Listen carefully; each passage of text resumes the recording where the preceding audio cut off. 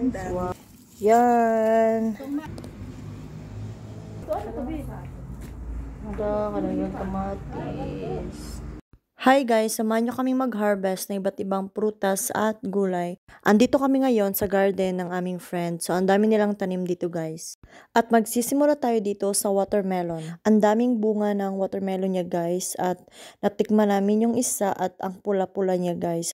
At napakatamis din niya. Dito nga sa Germany is nakakatanim lang mga tao pag summer. Kaya ito naman kaibigan ko, punong-puno ang garden niya ngayon. At dito naman tayo sa kalabasa. Ito yung mga kalabasa niya at ang lalaki ng bunga. Pero hindi pa siya pwedeng harvestin kasi mas lalaki pa siya guys. At dito na nga tayo sa kamatis. So, etong kamatis na kinukuha ko ngayon is tinatawag ito na cherry tomato. At sabi pala na kaibigan ko is ito yung mga wild cherry na tomato. So, it means ay tumubo lang siya dyan, guys. Ang daming-daming bunga ng wild na tomato na ito. So, hindi lang dito, guys, at meron pa dun sa unahan. Ayan na, at ang dami-dami ko nang kuha.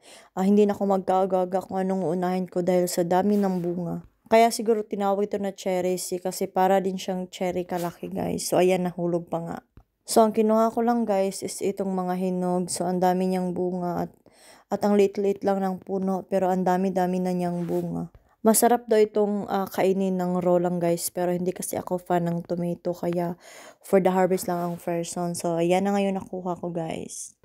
At next na nga tayo dito sa mais. So, ito, Diyos ko guys, ang sarap-sarap ng mais na to kasi hindi ko alam anong tawag sa Tagalog.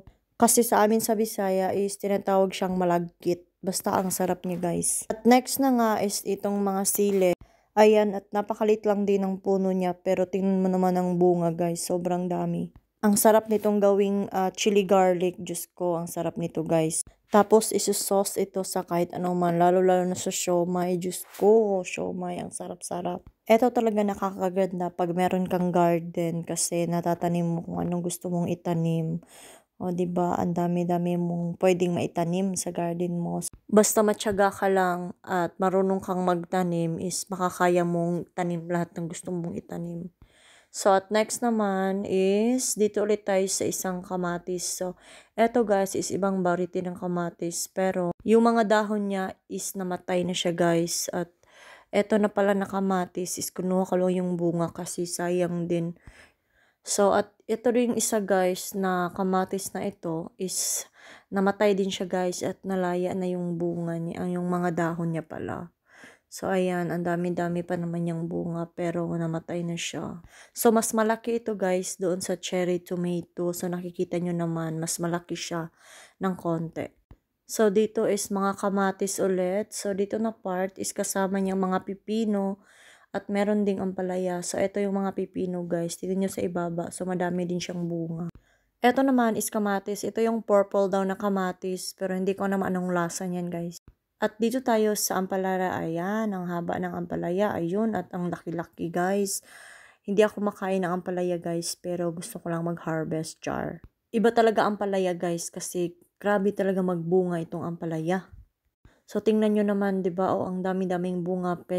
Kaso maliliit pa. So, ayan. Nakakaganda dito sa abroad, pag meron kang kaibigan na may garden, is binibigyan ka ng mga gulay, pwede kang mag-harvest. Kasi nga naman, sa mga Asian store is ang mahal ng mga gulay, guys. Dito naman kasi sa supermarket nila is hindi naman lahat ng gulay is andon.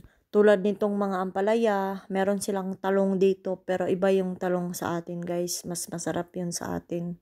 At dito na part is nakita ko itong napakalaking or napakabahabang pipino. Ang sarap ng pipino lalo na yung fresh from the garden char.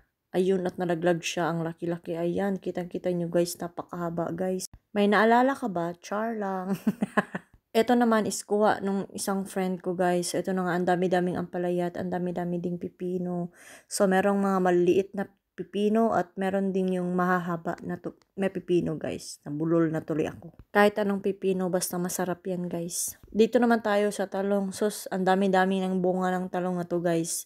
Pero hindi na siya tumubo. Ayan, di ba? Ang liit-liit lang niya. Diyos ko, parang itlog lang ginoo ko. So, sabi ng kaibigan ko is akala niya lalaki pa pero ang tagal-tagal na pero ganun pa rin yung kalaki.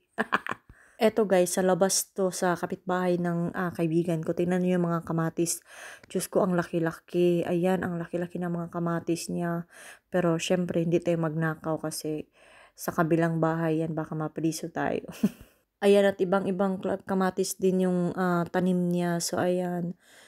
Ito din yung kamatis pa rin ng kaibigan ko. At meron din siya ditong pear guys. Pear ba yan or pears?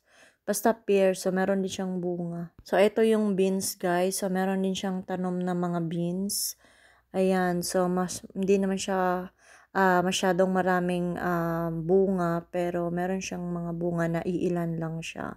Oh, nakikita nyo sa background yan. Ang dami-dami ng mais niya guys. So ayan. 'Di ba napakadaming mais, sa summer lang tumutubo 'yan, guys. Sa harap ng mga mais, eto na nga yung kalabasa, guys. Ayan. Sobrang lalaki niya, guys, at ang dami niyang bunga din pero hindi pa siya pwedeng i-harvest, guys, kasi mas lalaki pa kasi 'yan. At dito na part is meron siyang apple, guys. So tingnan niyo naman yung apple.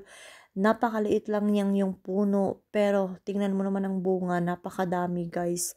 At dito naman na part is ito yung blackberry. So, pag pula is hilaw pa siya guys. Pag itim na, yan na yung hinog niya. So, pag pula pa siya is maasim pa din siya.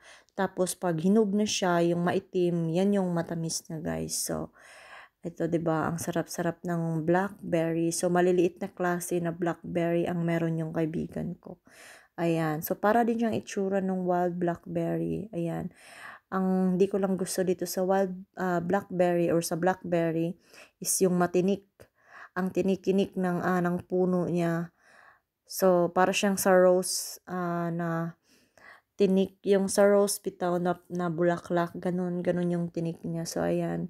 Madami-dami yun, din siyang bunga pero mga hilaw pa siya guys. Yung dahong nakikita nyo is sa kalabasa yun guys. Ayan, napalibot na sa kanyang garden.